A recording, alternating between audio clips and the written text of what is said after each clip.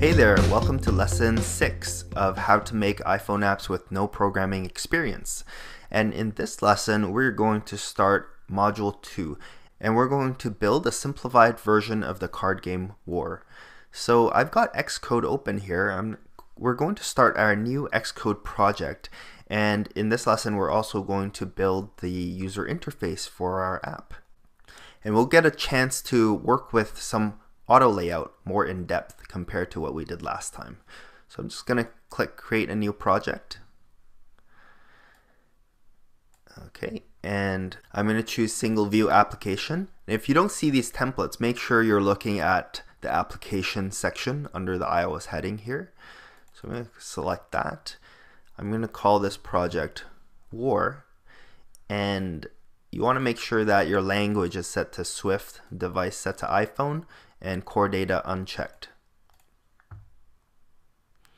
Okay, I'm going to save it on my desktop, and once again make sure source control is unchecked as well. Okay, so we default to our project settings.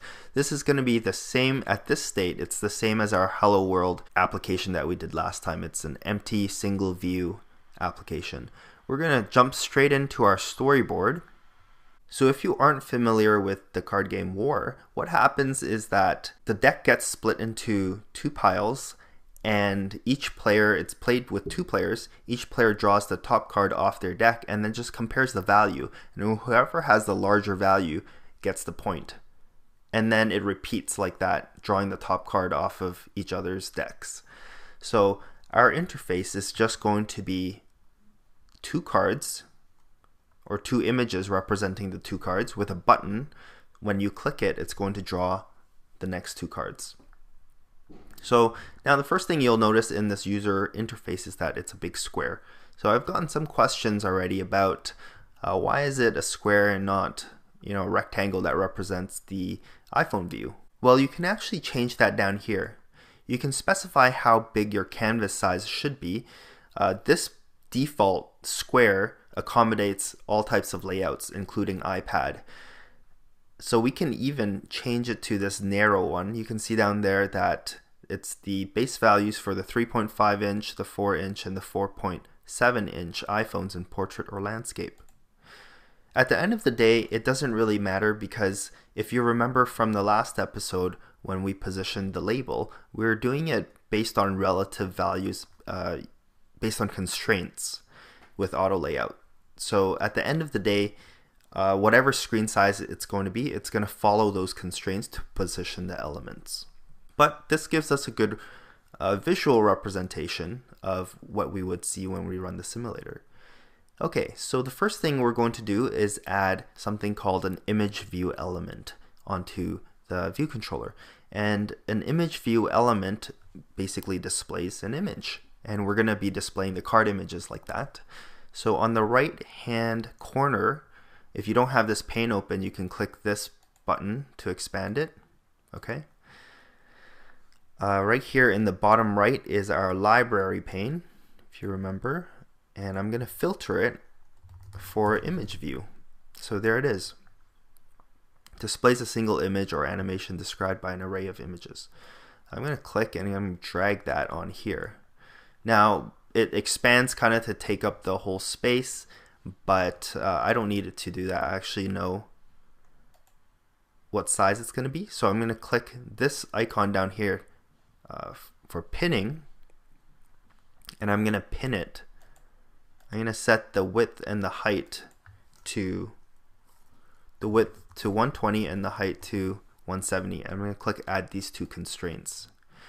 And now you can see from here that there are two constraints for this image view. So when it gets displayed, when I run it, it's going to follow these two rules and adjust the height and width for this guy. Right now in our interface builder, I can actually update the element to follow those two constraints. So I can click this image view, I can click this icon right here, resolve auto layout issues, and I can say update frames for the selected view. And now you can see that it follows those two constraints and gets this size. However, there are no rules for positioning it right now. So what I can actually do using auto layout constraints again is I can click that image view and I can go like that, and I can click this and anchor it something like 50 pixels from the left edge. Okay, so I'm going to add that constraint. So again, it's not updated for the view. You can see this dotted outline. That's where it's kind of supposed to be based on the constraints. And once again, I can click this one and say update frames, and it calculates what it should look like based on the constraints I've added. Okay, now if I wanted to vertically center this, I can click that. I can this time go to align and go vertical center in the container, and again add a constraint so you can see it's supposed to be there. And I go like this, update frames, so it actually sits there. And right now if I run the simulator, we won't see anything because the image view actually has no image associated to it, so it's going to be transparent. We're going to go over here to the attributes tab for the image view and making sure our image view is selected. I'm going to change the background. So if you click this icon right here, you're going to get a color picker. If you click this right here, you're going to be able to select some from default colors. So I'm going to select the color picker. I'm just going to give it a color so that I can see it, so I can see how it's positioned. So I'm going to run the app at this point just to see how it's positioned.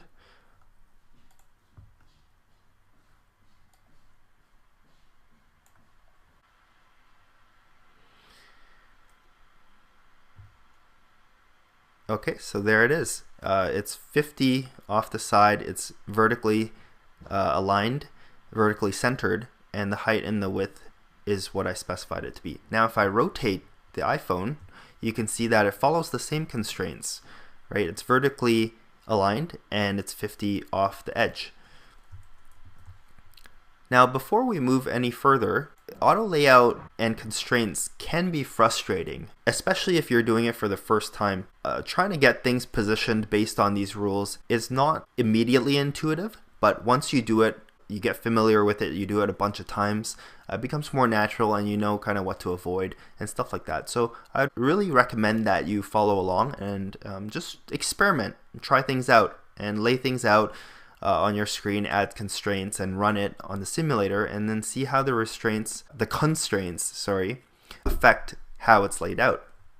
So let's say you wanted to edit your constraints. This is what not to do. So don't click your element and then go here and then try to edit your constraints, because these menus down here are just for adding new constraints. What you'll end up doing is having two constraints trying to specify the same thing. Instead, you really want to be looking at this document outline and selecting the constraint that you want to change, and then on the right hand side here you can see that you can edit the values.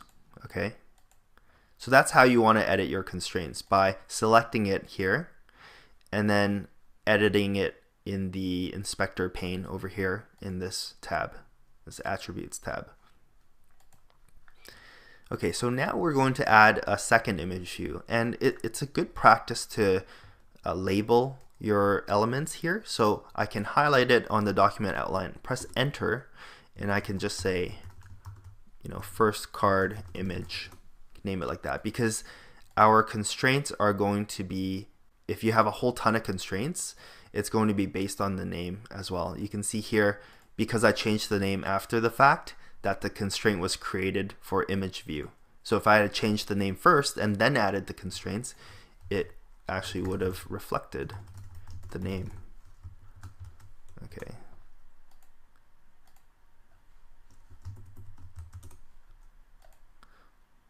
Okay, it doesn't seem to be updating, but we'll do it for the second image view. I'm going to drag another image view, kind of representing the second card. Okay, I'm just going to plop it down there. And now I want this card to be exactly the same size as this one. There's an easy way to do that. You can select them both by holding down Command and then clicking this guy Okay, let's click them right here. So actually, let's rename this guy first. Second card image. Okay, I can hold down Command, and then I can select both of them like that. Okay, now I can go down here to pin, and I can add two constraints to make them equal widths and height. Because I have specified a height and width for this guy, this new image view is going to take the constraints to have equal height and width. So I'm going to do that. You can see right away that constraints have been added to the second, well actually it's added here, but let's go update frames for all views in my view controller. And you can see that now this guy is the same height and width as this guy, but it doesn't have any positioning rules, so that's why it's just flying all over the place. So we're going to click our second card image. We're going to add a vertical center in container constraint, and then let's update that so it's vertically centered, and we're going to add a constraint to make it 50 off the right side. Okay, so let's update the frames. So now you can see that they're more of a mirror to each other. And again, I'm going to change the color of this guy so I can actually see it. Now let's run it.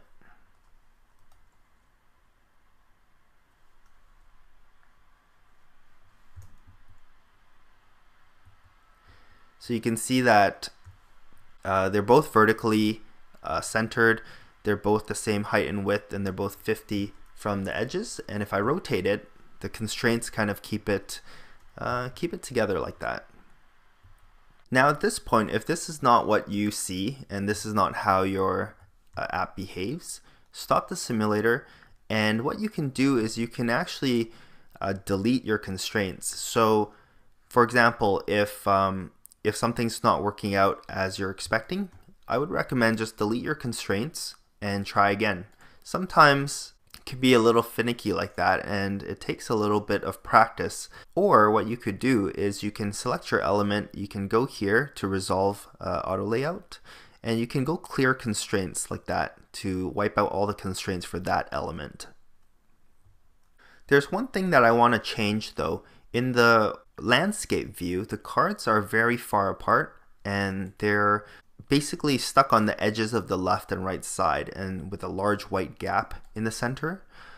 Instead, what I want is I want them kind of closer together in this sort of alignment.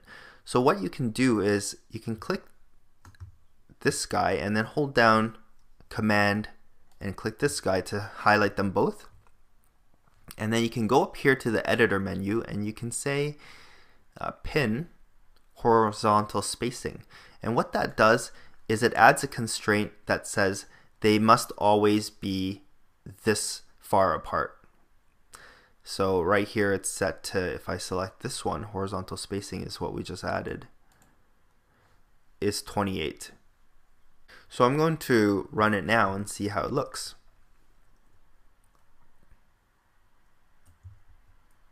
Okay, so it doesn't look quite as what we expected, and you'll also notice down here in our Xcode, in our debug area, it says unable to simultaneously satisfy constraints. Probably one of the constraints in the following list is one you don't want. And let's take a look at why we're getting this error message and why we're getting this behavior. So we added a new constraint to say that it should always be 28 pixels together side by side, and that they should be the same width, and that they should be 50 pixels from the edges, right? But there's one constraint that is conflicting with all of this right now. We have this constraint here that specifies that the width should be equal to 120.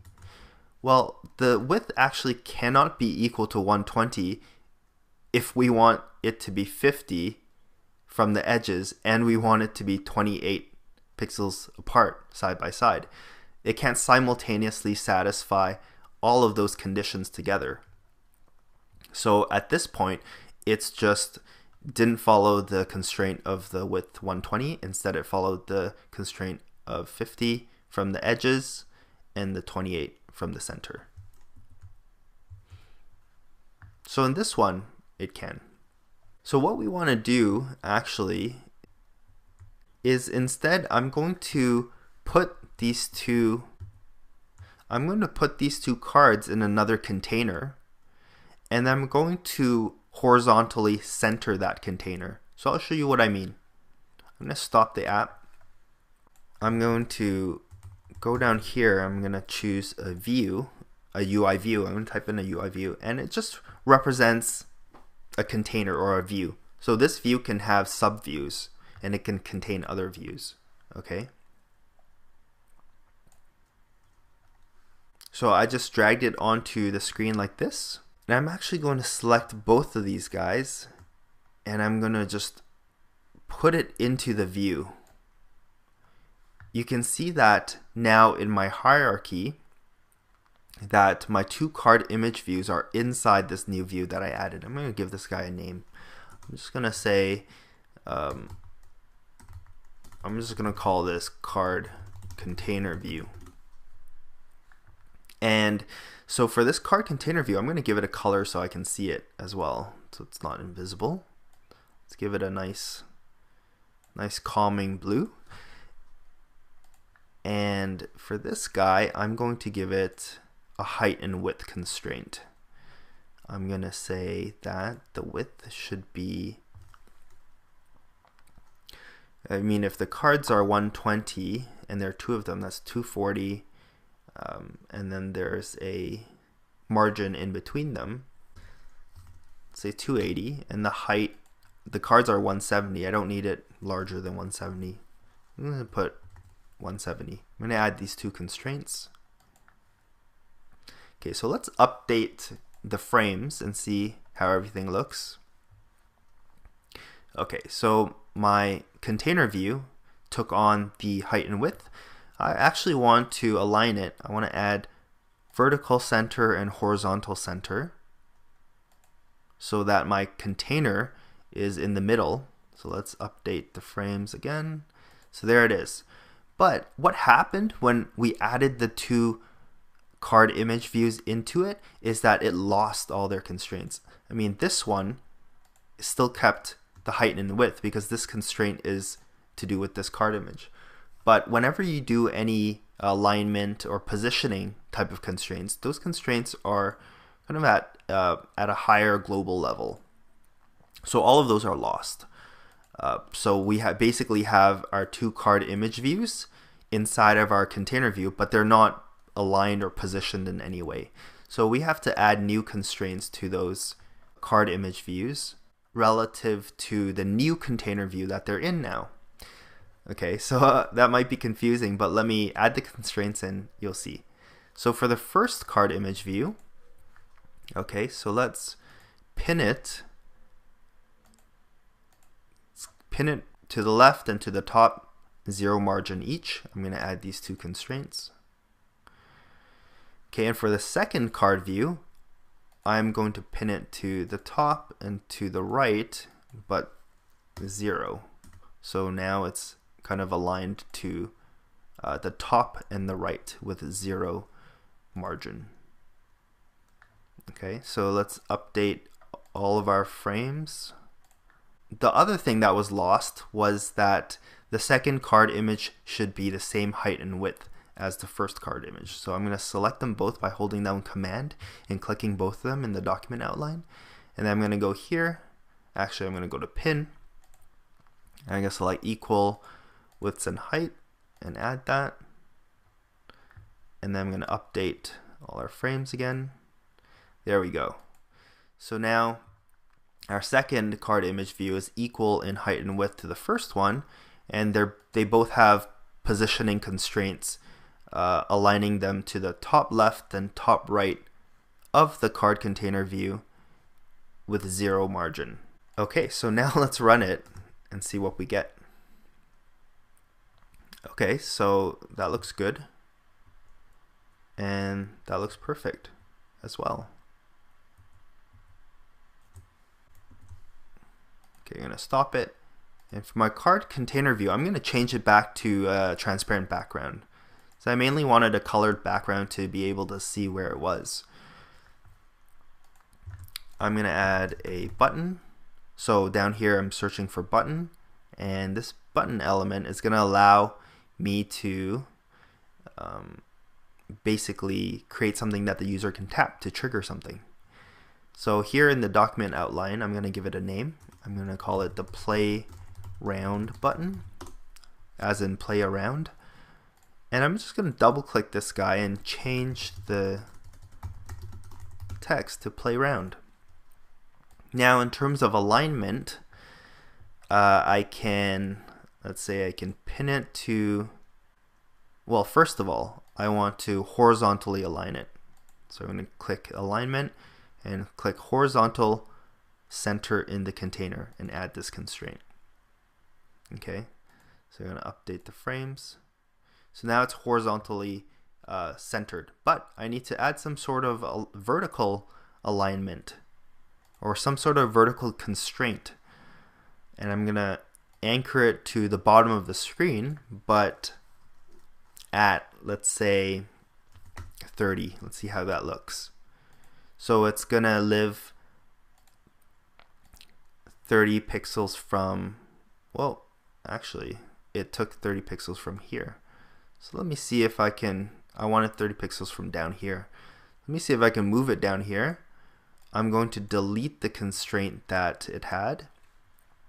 So I'm just going to go here and click clear constraints. So make sure that when you do clear constraints, you're doing it for the selected view and not for all views in the view controller, because that will, you're going to have to start all over if you do that. So I'm going to clear constraints for this selected view. Okay, and then I'm going to try it again. I'm going to select this. I'm going to select that margin, make it a fixed margin of 30, and I'm going to click add constraint. Okay, so now it's, and I added it to down here, and you can see that the dotted line is over here, right? So it, when I cleared constraints, I also cleared the horizontal alignment one. So I'm going to add a horizontal center for the button. Okay, now I can update frames on this guy, and there you go. So I'm going to run it. Now you can see the buttons down here in the portrait view, and when I go to the horizontal view, the button is also 30 from the bottom. Now it looks decent in the landscape view, but in the portrait view, I'd rather have it, vertically centered from this space to this space right here. So we're going to achieve that kind of the same way that we achieved this right here. I'm going to search for view. Actually, let's do UI view. Same thing, but it just filters it a little better. If you just typed in view, you would have had to scroll all the way to the bottom to find this little guy. So if you type in UI view, it just narrows the search down a little bit more.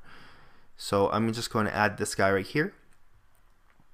And I am going to basically want it like this. Okay, I'm going to give it a color right now so I can see it. So in this guy, I am going to add some constraints. So I'm going to add all 4 constraints. And I'm going to put it to 0, 0, 0. And you might wonder, if I put it to 0 up here, wouldn't that make this view stick all the way to the top because it has 0 margin? But if you notice this text here, it says spacing to the nearest neighbor. And the nearest neighbor to this view is this card container view, which contains these cards. So I'm going to add these 4 constraints. And then I'm going to update frames. And you notice there's a margin There's a left and right margin here. If I wanted to stick completely to the edges, when I added those constraints, I should have unchecked constraint to margins, but you know, that's okay. Okay, so now I'm going to put the button into this container. So I can do so here even in the document outline. Again, I forgot to name this guy. I'm going to call it my play button container. And I'm going to drag my play button so that it sits right in there. So you can see it's indented, meaning that the button is inside the play button container. And when I do that, all of the constraints, the layout constraints or the positioning constraints for my button are gone. So I need to add them again. So I'm going to click my play button. I'm going to go here. I'm going to say horizontal center and vertical center in the container. I'm going to add these two constraints. And now it has constraints that is going to vertically position it, vertically center and horizontally center it inside my new container. And now I'm just going to change the color of this container back to white or transparent. And then I'm going to run it. Okay, so now you can see in the portrait view, the button looks better. It's positioned more properly. And even in the landscape view, it's still positioned well.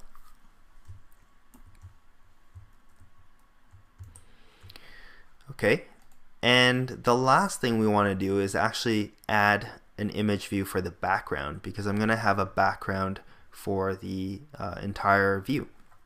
So I'm going to search for image view again. I'm just going to drag this guy and kind of put it there. Let's go like that. And we're going to have to add constraints for this guy. I'm going to anchor it to all of the edges with 0 margin.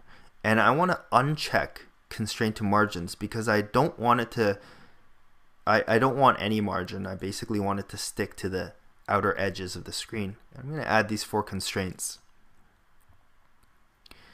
And I'm going to add a background color so that we can see it, and just to make sure it's positioned correctly. And then I'm going to give it a name. I'm going to call it background image view. Okay, so let's run it and see if it's actually stuck to the edges. So it is. The good news is that it's stuck to all 4 edges, so it's going to be like a full background to the edges.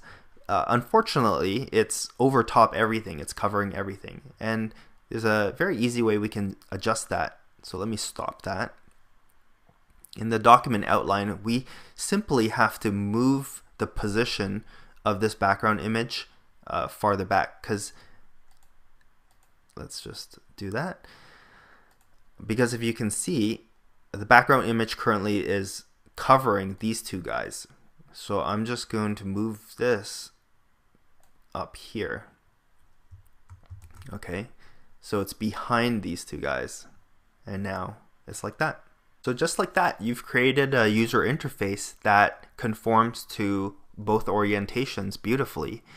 And that's why auto layout is so powerful, especially with the different screen resolutions coming out. If it's your first time working with auto layout, it can be pretty frustrating, and you may be adding and removing constraints and trying to get your UI elements positioned correctly and looking correct in both orientations.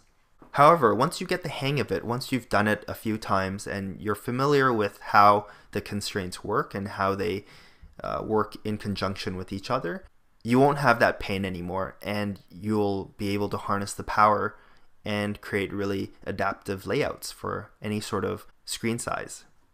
In the next lesson, I'm going to show you how you can expose these elements to the view controller so that the view controller can manage them. Because if you remember from the MVC pattern, the view controller manages this view.